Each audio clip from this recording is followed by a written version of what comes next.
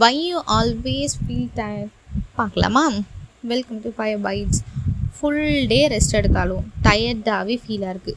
இது சோம்பேறியா இல்லை என்னோடய பாடியில் நடக்கிற ப்ராப்ளமா என்னென்னு பார்க்கலாமா? வாங்க வீடியோக்குள்ளே போகலாம். அதுக்கு முன்னாடி ஃபயர் பைட்ஸை சப்ஸ்கிரைப் பண்ணிக்கோங்க.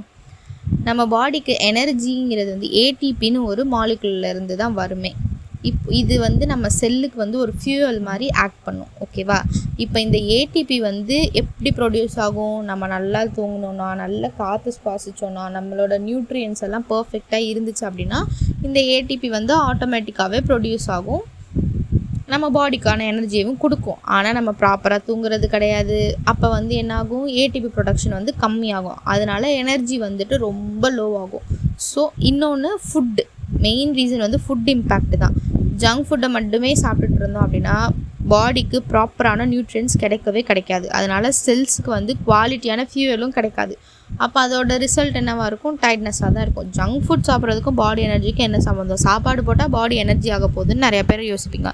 அப்படி தான் கிடையாது. நம்ம பாடிக்கு particular type of nutrients observe பண்ணியே ஆகணும். ஃபைபரில் இருக்க விட்டமின்ஸ், மினரல்ஸ், ப்ரோட்டீன்ஸ், கார்ப்ஸ், இந்த மாதிரி செவரல் டைப் ஆஃப் எனர்ஜிஸை நம்ம பாடிக்கு தேவை. ஒன்று கொடுத்துட்டு நான் ஒரு எனர்ஜி கொடுக்க மாட்டேன். இப்போ நான் கார்ப்ஸ் கொடுத்தேன்னா ப்ரோட்டீன் கொடுக்க மாட்டேன், ப்ரோட்டீன் கொடுத்தேன்னா ஃபைபர் கொடுக்க மாட்டேன், ஃபைபர் கொடுத்தேன்னா கார்ப்ஸ் கொடுக்க மாட்டேன்.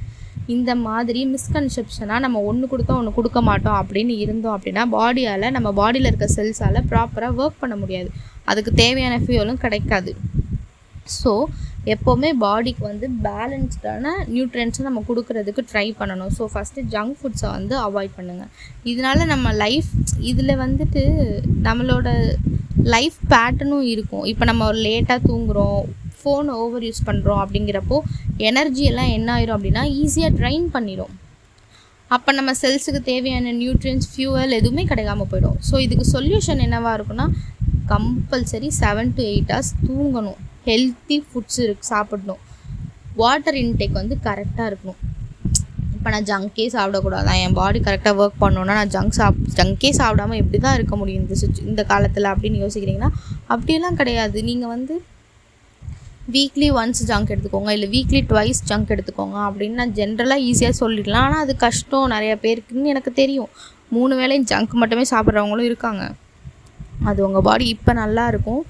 இதோட எஃபெக்ட் ஆஃப்டர் 10 to 15 years கழிச்சு தான் தெரிய வரும். ஸோ அந்த மாதிரி இருக்கிறவங்க ஒரு நாளைக்கு 2 மீல் நல்ல ஹோம் குக்டு பேலன்ஸ்டு மீலாக எடுத்துகிட்டு ஒரு மீல் உங்களுக்கு பிடிச்ச மீலாக எடுங்க. ஆனால் அதை அப்படியே கண்டினியூ பண்ணாதீங்க. டெய்லி எடுக்கிறத ஒரு 2 days once, 3 days once, weekly ஒன்ஸ்ன்னு அப்படியே கொஞ்சம் கொஞ்சமாக கட் ஆஃப் பண்ண பாருங்கள்.